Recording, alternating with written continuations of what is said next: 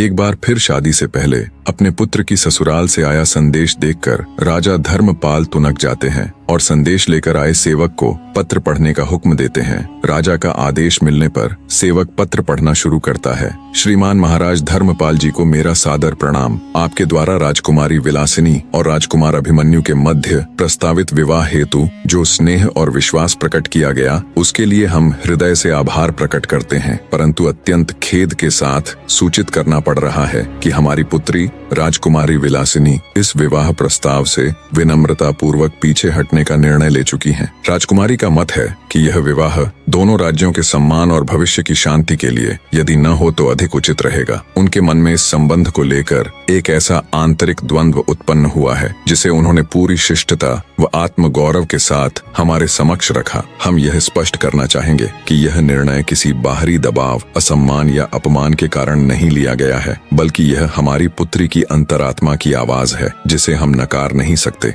हमें पूर्ण विश्वास है कि आप हमारे इस निर्णय को सम्मान देंगे और दोनों राज्यों के मध्य सौहार्द एवं मैत्रीपूर्ण संबंध पूर्ववत प्रगाढ़ बने रहेंगे। आपका सदा शुभ चिंतक महाराज रत्नवर्धन सिंह। ये खबर सुनते ही राजा धर्मपाल के पैरों नीचे से जमीन खिसक जाती है। विवाह की सारी तैयारियां हो चुकी थीं, पर अब अचानक ये मनहूस खबर। ये दूसरी बार था जब उनके बेटे के विवाह में अड़चन आई थी। राजा धर्मपाल अपने सिर को पकड़कर गहरी चिंता में चले जाते हैं। दूसरी बार घटी इस दुखद घटना के कारण राजा धर्मपाल दुखी हृदय से ये सोच ही रहे थे कि पता नहीं उनके पुत्र के साथ ही बार बार ये सब क्यों हो रहा है। इतने में दरबार में ही मौजूद राजकुमार अभिमन्यु उठकर उनके पास आते हैं और गुस्से से कहते हैं, देख लिया पिताजी, हम तो आपको पहले ही मना कर रहे थे और कह रहे थे कि अगर हमारे भाग्य में विवाह सुख होता तो हमारी पहली पत्नी मरती ही नहीं, पर आप किसी की सुने तब ना। अब बस बहुत हुआ ये सब। अब अगर फिर से आपने मेरा विवाह करने की कोशिश की तो आप मेरा मरा मुंह देखेंगे। इतनी बात कहकर गुस्से और दुख के मिश्रित भावों के साथ राजकुमार अभिमन्यु पैर पटकते हुए दरबार से चले जाते हैं। इधर राजकुमारी तारा भी प्रतापगढ़ पहुंच जाती है